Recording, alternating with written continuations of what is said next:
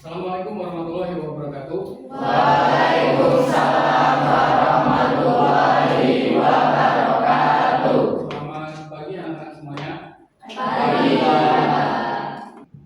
Sebelum Bapak menanyakan gimana perasaan hari ini kalian, Bapak ingin tahu. Di sini ada yang tahu emosi itu apa?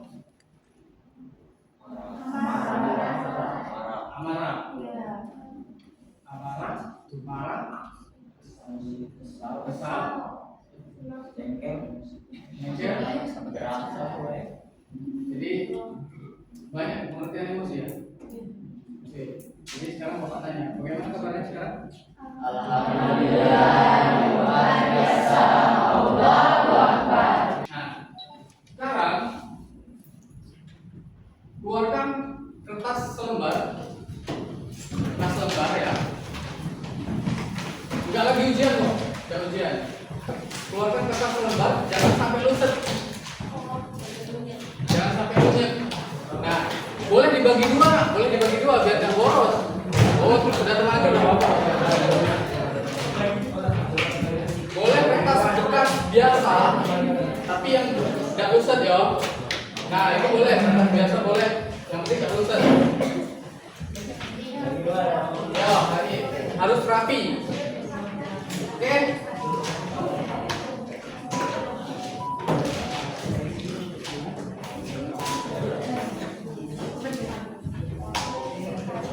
Ini termasuk ice breathing, tapi ada kaitannya dengan materi kita.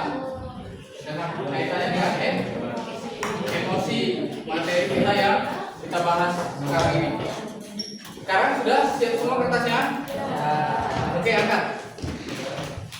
Angkat. Nah, kertas yang kalian pegang itu masih rapi kan? Tidak kusut? Tidak apa? Runyek? Tidak sobek kan? Sekarang letakkan di atas meja di depan kalian masing-masing. Letakkan di atas meja di depan kalian masing-masing, jangan meja orang lain, jangan depan orang lain. Terus Bapak pengen tahu tangan dua angkat. Nah, tangan mana yang paling kuat menurut kalian? Biasanya ada yang kidal, yang kiri. Ada yang kidal. Pokoknya sekarang tangan yang menurut kalian paling kuat kalian letakkan di atas kertas, tapi pelan-pelan, jangan dibanting, pelan-pelan. Letakkan di atas kertas. Ya, sudah. Oke. Sekarang Bapak pengen membacakan cerita. Jadi tahu? Enggak. Jadi kertas itu yang kalian pegang dengan tangan kalian yang paling kuat itu adalah diri kalian. Kertas itu adalah diri kalian. Jadi ibaratnya kertas itu terserah kalian mau kalian apakan dengan latar belakang yang Bapak ceritakan. Yang Bapak ceritakan ini adalah ibaratnya kalian yang mengalami di dalam cerita ini. Oke? Jadi kalian apakan, kalian terserah kertas itu mau kalian apakan dan itu diri kalian. Dan yang cerita yang Bapak bacakan ini adalah diri kalian yang mengalami. Paham ya? Oke, siap? Siap. Dengarkan. Ya. Pada pagi hari saya bangun kesiangan dan langsung bergegas mandi dan bersiap-siap pergi ke sekolah. Saya bersiap-siap ke sekolah dengan tergesa-gesa. Saya memasukkan buku ke dalam tas yang sempat saya keluarkan tadi malam, belum sempat saya rapikan. tiba-tiba saya melihat motor saya yang biasa saya pakai pergi ke sekolah, bannya bocor sampai habis anginnya dan tidak bisa lagi dikendarai. Jarak rumah saya dari sekolah lumayan jauh, jadi saya berinisiatif untuk memesan ojek online. Tetapi pada pagi hari itu rasanya saya sangat kesal karena Gojek yang saya pesan tidak kunjung datang karena orderan banyak.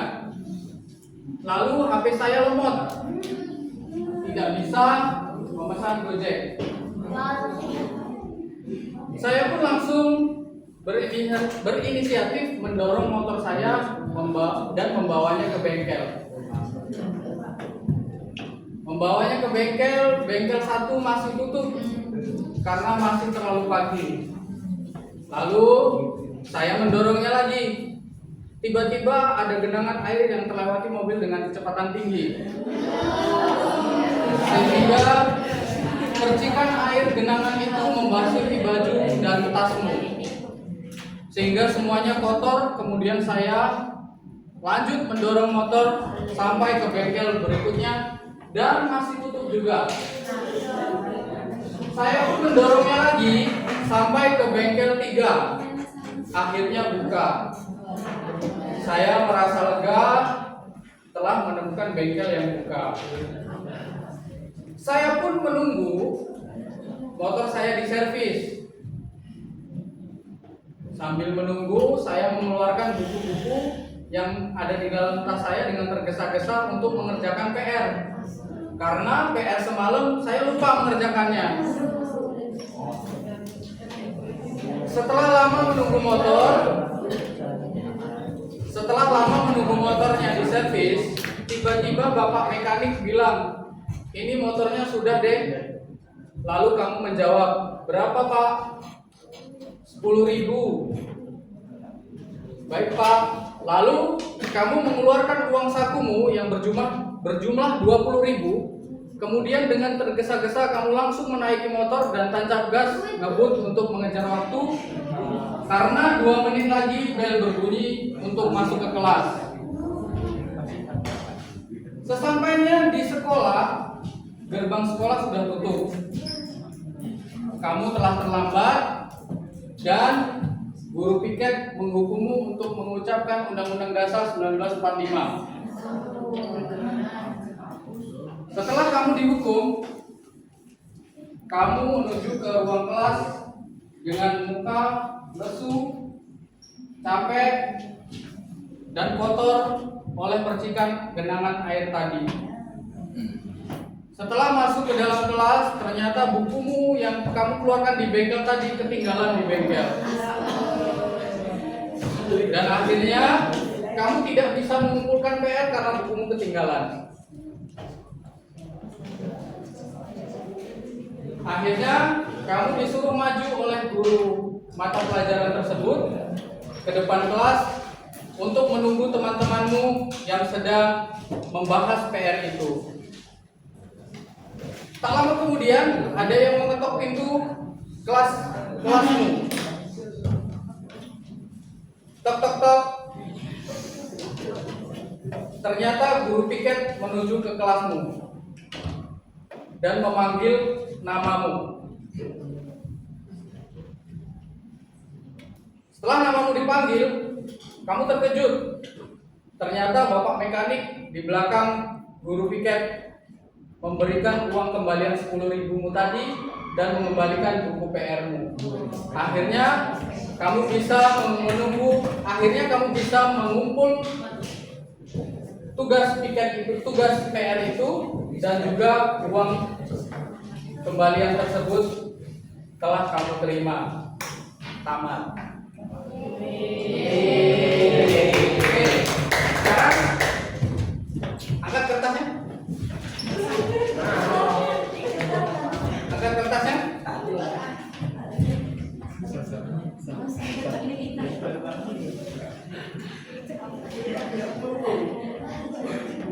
Oh, banyak yang sabar di sini ya. ya? Alhamdulillah.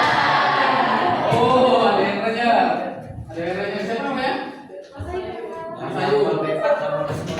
Siapa yang punya selain Mas Ayu? Oh, nanti banyak ya. Bukan sabar sih. Kalau di materi kita itu namanya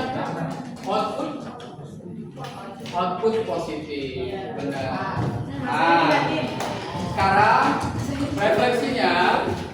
Sekarang Bapak tanya untuk refleksi dari cerita yang Bapak tanyakan tadi, apa kaitannya yang kalian salurkan ke dalam kertas yang kalian pegang?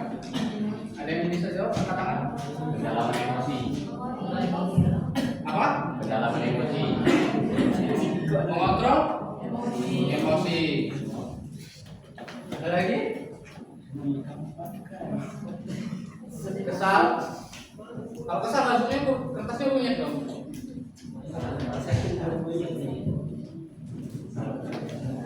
Ada lagi? Hah? Melampiaskan. Ya, jadi kalian tadi telah belajar mengeluarkan dari yang kalian alami ke diri kalian. Jadi ibaratnya kertas itu tadi kan Bapak sudah bilang bahwa kertas itu diri kalian. Ketika kalian punya perasaan dan kalian memberikan respon kepada diri kalian, yaitu kertas itu akan rusak ketika kalian memberikan respon sesuai dengan apa yang kalian alami.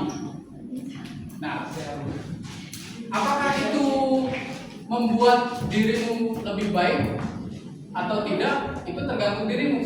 Dan apakah itu boleh kita mengeluarkan emosi dengan output tertentu? Itu boleh, nah. Tetapi di sini yang kita mau pelajari adalah emosi yang outputnya nanti kita usahakan adalah positif. Nah, si Mas Ayu, tadi kenapa kertasnya punya? Kesalnya di mana? Oh, pertama kalau aku ceritain anak yang terlambat di sekolah. Ya. Nah, karena motornya rusak, aku tuh udah ngalamin juga Pak. Kayak Oh. sama persis gitu. Rasa feelnya itu. Ya. Jadi memang pengalaman ya. Ya, Pengalaman mengalami. Tuh. Nah, mungkin ada beberapa di sini yang pernah mengalami juga seperti Mas Ayu. Pernah. Rusak nggak kertasnya? Alhamdulillah udah sering kali apa kejadian. Alhamdulillah udah sering. Jadi udah punya kontrol sendiri ya. Ya. Alhamdulillah senang ya. Oke. Nah, sekarang yang kertasnya masih bersih, mungkin di kejadian yang berbeda, kertasmu akan lebih rusak dari Mas Ayu. Karena Bapak tadi menceritakan hanya karena terlambat, hanya karena kecipratan mobil, hanya karena ketinggalan, tidak kerja PR, tergesa-gesa. Mungkin hanya itu. Tetapi banyak cerita lain lagi yang mungkin kertas itu bisa lebih rusaknya, bahkan sobek. Ya kan? Ya, oke. Nah, sekarang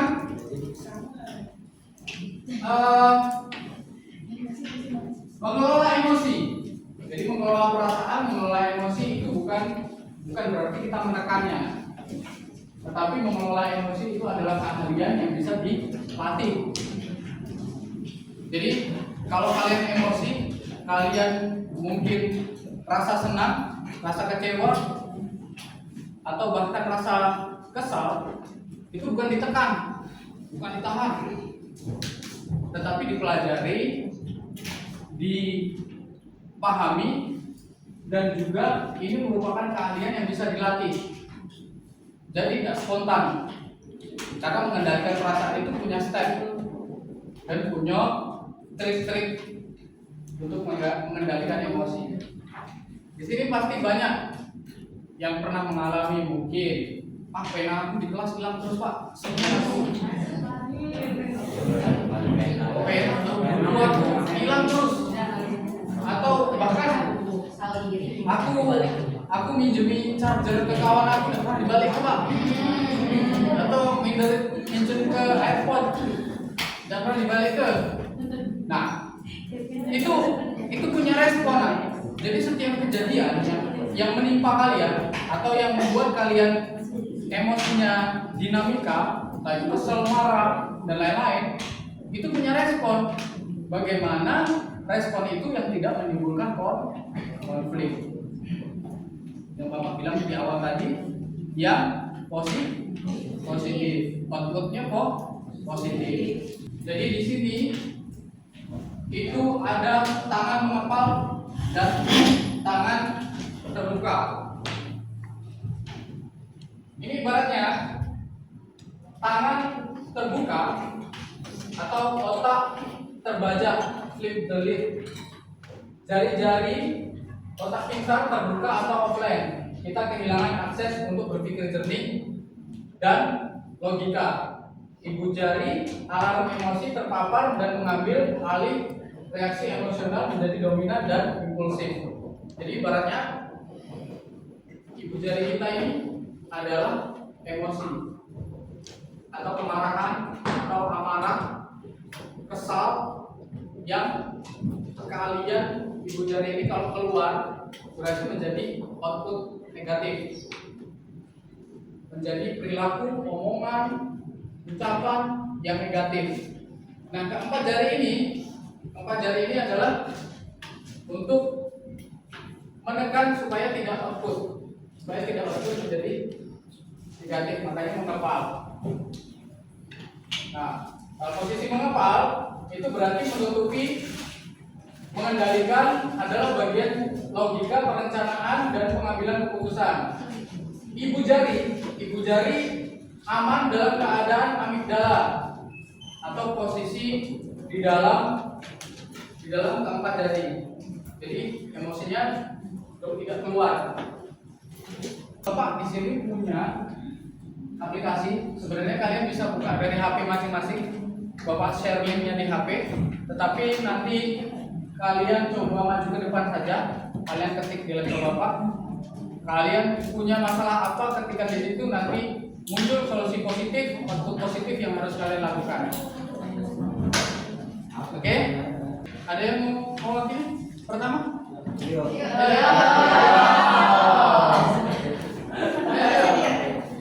Maju. Silakan diketik. Misalnya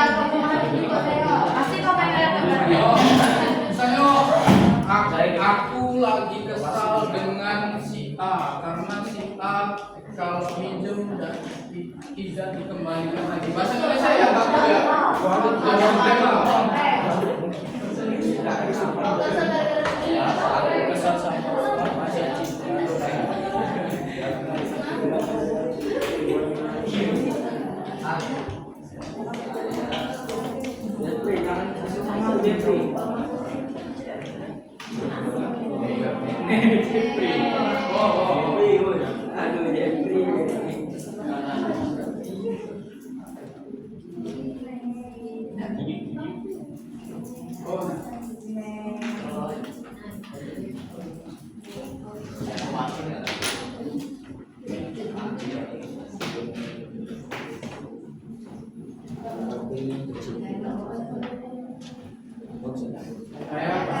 ya.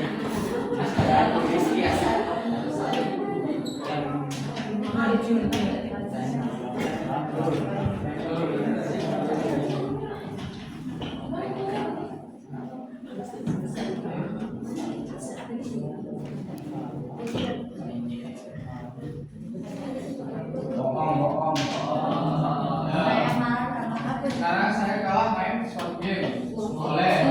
Terus? Sudah ya? Sudah juga ya? Nah sekarang coba cek kotak kata emosi. Siapa namanya kan?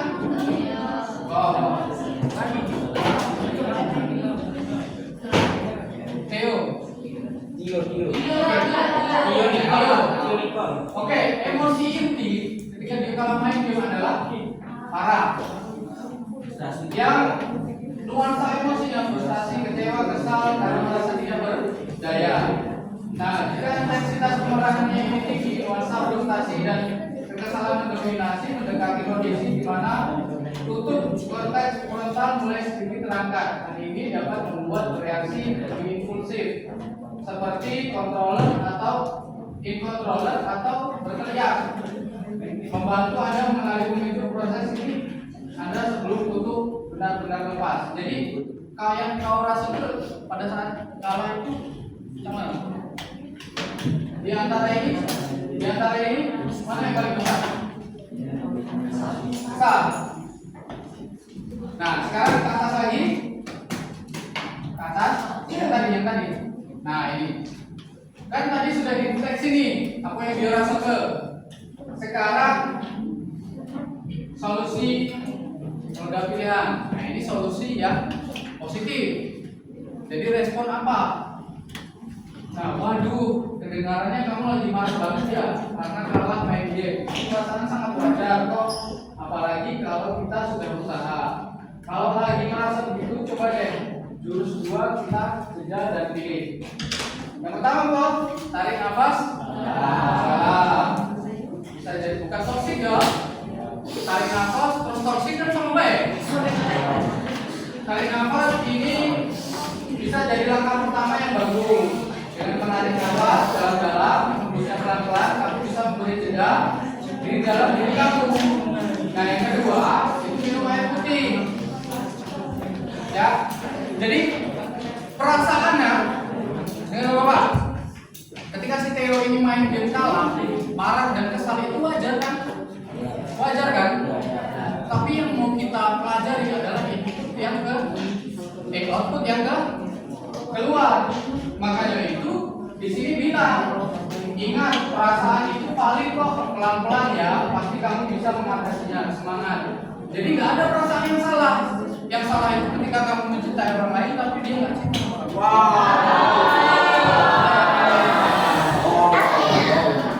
Perasaan itu nggak pernah salah kan? Nah itu emosi, nah itu marah, nah itu kecewa, itu tidak pernah salah. Tapi bagaimana respon kita outputnya untuk menjadi lebih positif, oke ya. Nah, ke atas lagi Theo. Ke atas lagi.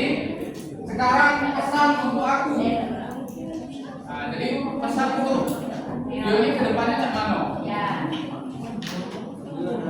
Oh. Nah, ini pesan aku.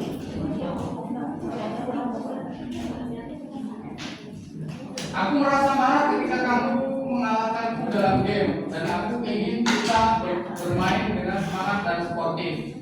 Jadi untuk ke depan dia harus lebih sportif. Kalau memang kalah, ya kita harus berusaha. Kalau memang kita menang, kita juga harus mengapresiasi diri kita. Nah, ke atas lagi Theo. Sudah pertanyaan refleksi. Nah, ini yang harus Theo pribadi yang menjawab.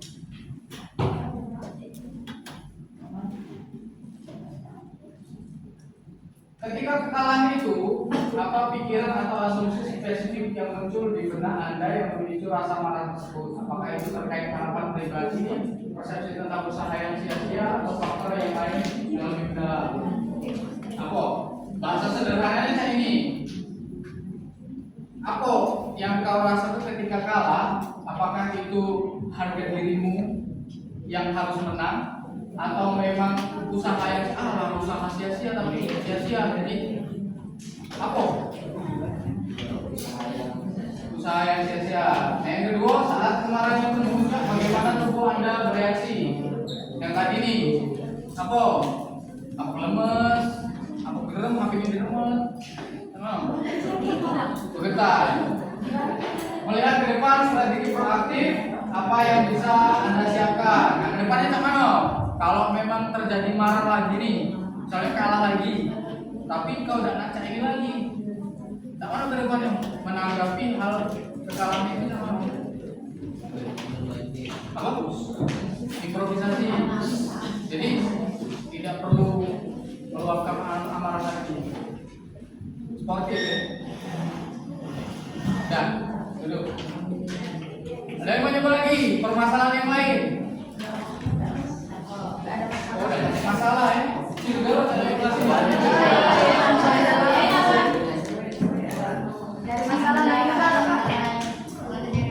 Bapak pengen satu perwakilan cewek. Cowok kan sudah. Cowok itu dunianya kan game, dunianya tantangan, dunianya yang penuh dengan adrenalin kalau cowok. Nah kalau cewek ini kan mainnya perasaan nih. Ayo apa?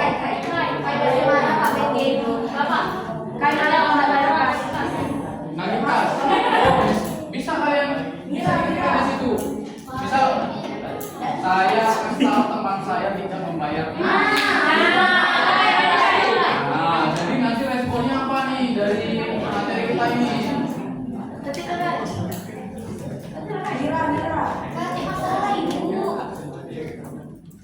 Atau aku tidak bisa membagi waktu antara bermain dan belajar. Atau aku kesal selalu dimarahi ibu ketika pulang sekolah karena kurang kelas.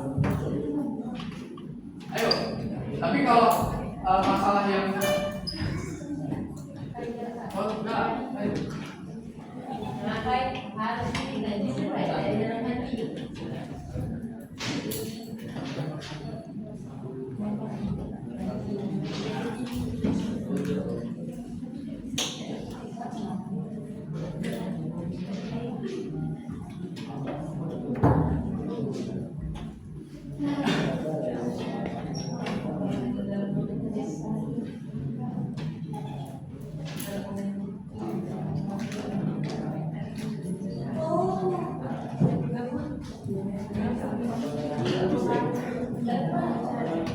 Sudah.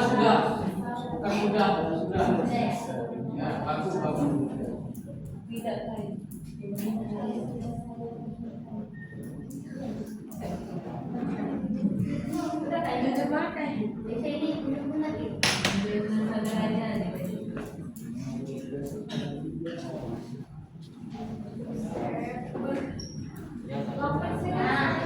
Belum bayar kas ya? Nah, sudah ya. Oke, sekarang Bapak pengen tahu dulu kosakata emosi yang kamu rasakan. Oh, Bapak.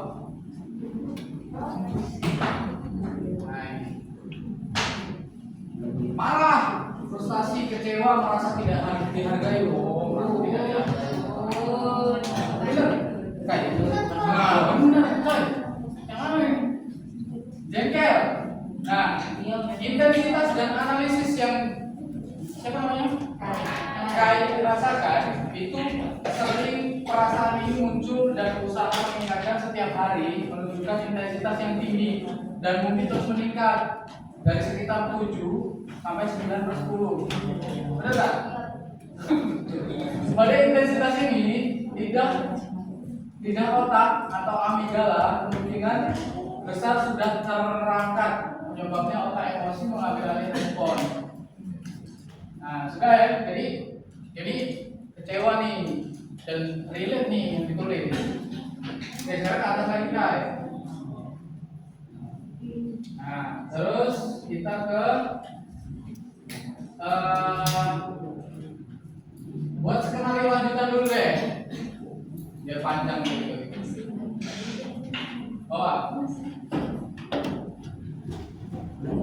Nah, setelah dia merasa kesal, nah di sini dibuatkan skenario lanjutan apa yang dia rasakan.